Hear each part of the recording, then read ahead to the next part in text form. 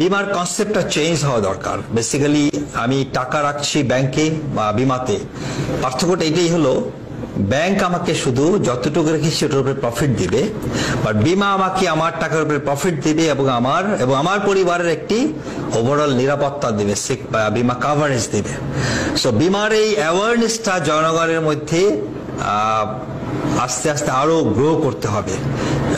বিমা মানুষের জন্য, বিমা মানুষের কল্যাণের জন্য, বিমা মানুষের জীবনের নিরাপত্তার জন্য, বিমা মানুষের স্মার্ট লাইফ লিভ করার জন্য। উন্নত বিশ্বে মানুষের বিমা নাই এমন লোক খুঁজে পাওয়া যাবে না। আমরা উন্নত বিশ্বের দিকেই এগোচ্ছি। 2041 সালের মধ্যে ইনশাল্লাহ আমরা ডেভেলপ কান্ট্রির কাতারে দাঁড়াবো। বাই দেন আমাদের সবারই বিমা হবে ইনশাল্লাহ।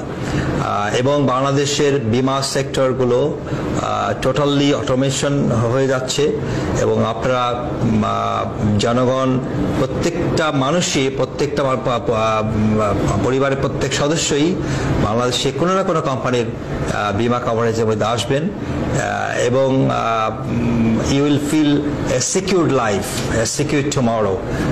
ইনশাল্লাহ আমরা ওই থিম নিয়ে আগাচ্ছি এবং আমরা ভালো কিছু দেওয়ার উদ্দেশ্যেই প্রতিনিয়ত কাজ করে যাচ্ছি। সবাই ভালো থাকবেন, ধন্যবাদ।